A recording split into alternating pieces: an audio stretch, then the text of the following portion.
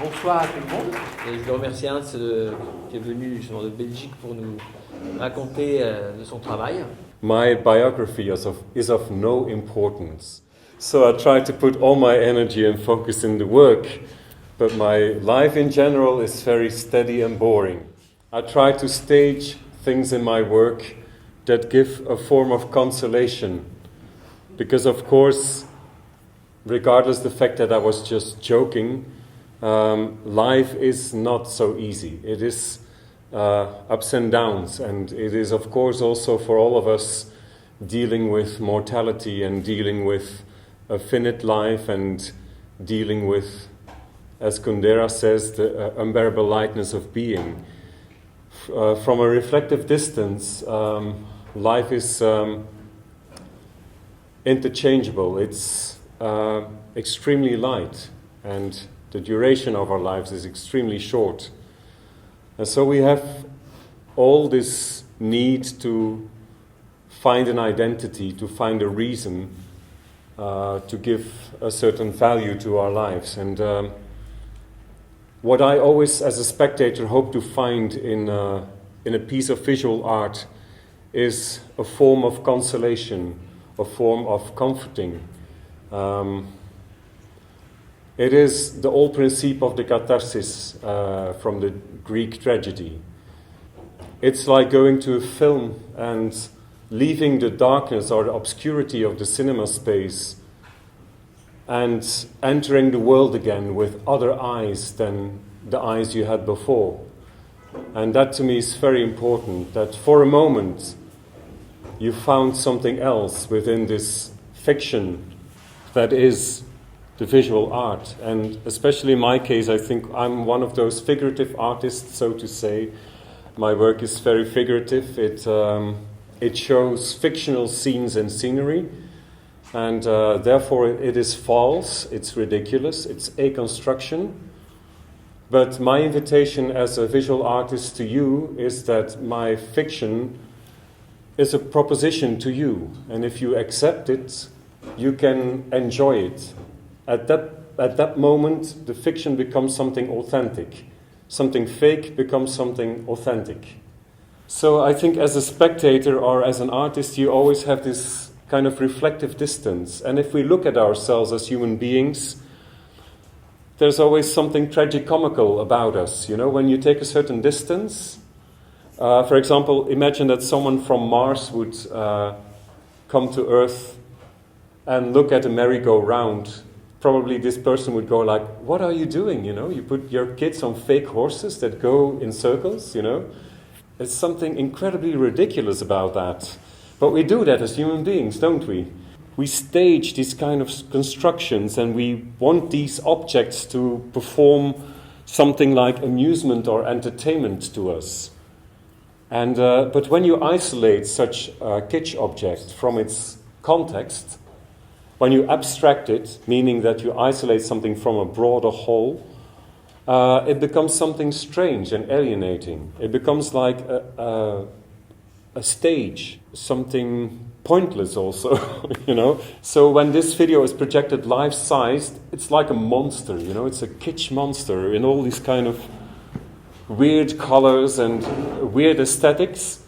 And this is something I want to point out as a visual figurative artist, is to isolate elements from daily life and to show the strange aspects of it somehow. Not as a judgment, but rather as something particular that I like to show. I'm a multidisciplinary artist, and for me, the medium itself, it's not so important. The thing which is important is that I use a medium as an adequate means to express something.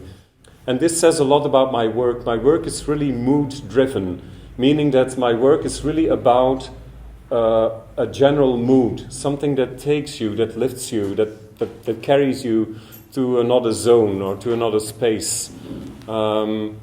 It's not so much about literal narration, or it's not so much about plot. It's always about an invitation, an image that invites you to experience something as vague as a mood or a mindset. Then in 2004 I had my first big museum show. This is a construction of 12 by 24 meters.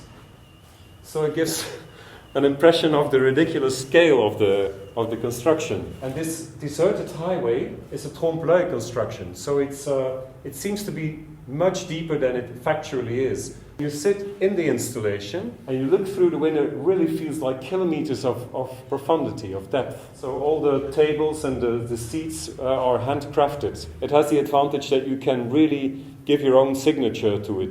And fortunately this work now became a permanent installation in Japan at the Towada Art Center. So it has its own little building. And it's really absurd because it's a non-functional nonsense space, you know. It doesn't make any sense. You can't even get a coffee there. So it's just a non-functional space. And the nice thing about it is that later on, people who had seen the installation said like, you know what, I was driving yesterday night and I found myself in this motorway diner and I was thinking so much about your work. But this is really something nice, you know, when you make figurative work, you kind of ask attention for things that people normally don't pay that much attention to. When you drive on the highway, many times on the bridges that bridge the highway, you always have these people that are leaning on the bridge, right? So they're seated on their bike and they're gazing at the cars. For God's sake, it's really not beautiful, is it? You know, cars. And I think maybe it's the kind of contemporary equivalent to gazing at the sea, you know? It's always the same, but it's always in movement. Maybe it's a form of meditation, I don't know. So maybe it's not that ridiculous. When I was a student at the Rijksacademie in Amsterdam, I produced this work. So you walk in this dark room in the museum space, and your eyes get used to the dark, and you start to gradually see more and more details of the trees and the frozen ditches and so on and so forth. And you can walk around it, and the only thing that happens, it's like an entire non-event. I invite you to look at a non-event. There's no story, there's no characters, nothing spectacular. It's like an anti-spectacular image. And the only thing that steadily goes on is the lights that are changing all the time. And what was very encouraging to me as an artist is the fact that when I showed this work for the first time, that people stayed in for a very long time. And that people felt that I wanted to ask them, that I invited them, as a matter of fact, to absorb this nocturnal mood of this setting. Nothing more and nothing less. This is a video I made in a supermarket, and this is just a video that somehow shows you, you know, the poor, mathematized, structurized world of consumption, you know. It's these very sad still lives of plastic bags and keys and chewing gum, and these are the guardians that are, you know, guarding the line between what's been offered and what's yours. So the whole day they see the whole society passing by at their little booth. But it's a very boring video, as you see. It's really, but I think it's very recognizable and universal as well. You know, this is what we do as human beings. So when you isolate it from your daily activity and when you look at it, you go like, yeah, that's pretty sad, isn't that? You know, as a scenery. The same goes a bit for hospital buildings, you know. The most important things in our lives, they all happen in hospitals. The hospital building, on floor 1, people are born, on floor 7, people die, and on the other floors, people get cured. And I all of a sudden realized that a hospital building, as a setting or as a stage, is, of course, it's never a nice building, is it? You know, it's all very mathematically divided in rooms and system walls and ceilings and all that. The most important things seem to happen in the hospital building as a setting. Well, I invented a fictional hospital. It's the first video I produced with digital renders. So when you watch this film, you as a spectator navigate through depopulated spaces. There's no one there, only a patient here and there. It's like you are walking through this fiction. And it's done in Maya. It's a very difficult program on the computer, but it allows you to create fake visual fiction with a photographic realism. So it really feels like a real space when you watch the film. Then I started to make watercolor paintings, small watercolor paintings, I have some watercolor paintings there on the wall. So I paint them mostly in black and white. And the white that you see is the white of the paper. For people who are familiar with watercolor, it's a technique that is very nice to use when you want to have this kind of clair-obscur light in your paintings. And I kind of like to make black and white watercolors because they really, they're very evocative, I think. The light, or the way you can treat light in watercolor, is quite magical as a means to make something fictional. So I made all these kind of watercolor paintings that relates to the body and how it is part of an enormous maze or an enormous network of computers, wires, buildings. It's really, all these images are based upon things I found through Google on the internet. And it's really a series I produced on a kind of free association, you could say. So I was really going from one drawing to the other, and it's all about how we live, how we stage, how we conceive labor and leisure, and it has to do with a lot of subjects from nowadays. And then I also made an animated film, and like a kind of basso continuo through the film is this little boy that is laying on his back and he's just calmly breathing. And then you have all kinds of images that appear around him all the time. It's a film which is called Extensions.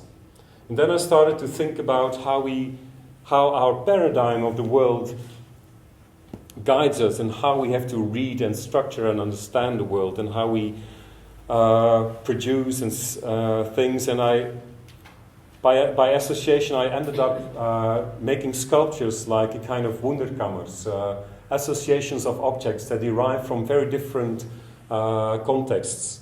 And then I started to continue, because I made a lot of work on the big public space, you know, on supermarkets, motorways, on cityscapes, on the metropolitan context. And I thought, well, why not focus for a while on the domestic setting? And then I made this table, and this table is produced on scale 1.5. So it's not a gigantic Claes Oldenburg blow-up, it's like a slightly disturbing scale. When you see the table standing from far away, it looks more or less life-sized. But when you approach the table, I will show you, these are two adults, you shrink to the proportion of a 6-year-old. And this work is always presented in a space with diffuse light that comes from the ceiling. So when you enter this space, it's a very strange experience, because there's hardly any shadows, you see? There's hardly any shadows. It's because the light is extremely diffused and it comes from the top. And this to me is important, because the whole sculptural piece, also the cloth, it's really hard, it's rock hard. So it's all sculpted in polyesters and wood and metal and plaster. The thing to me which is important is the fact that the table and the chairs are almost immaterial. When you enter the space, it's as if it's not there. The only thing which is explicitly there are the ephemerical goods, are the food, the leftovers of cake and coffee in the cups and the cigarettes. And so what you read from the leftovers of lipstick and cigarettes, you know where it's like a war zone of a gathering, you know. The people are gone, and then you find a table, and you understand where the smokers were seated and where the ladies were seated and all that. So you read the information in between the lines of the object. Okay, this was far too long, I'm sorry. I will project Staging Silence too. And I hope this film invites you to experience something ridiculous and both serious at the same time.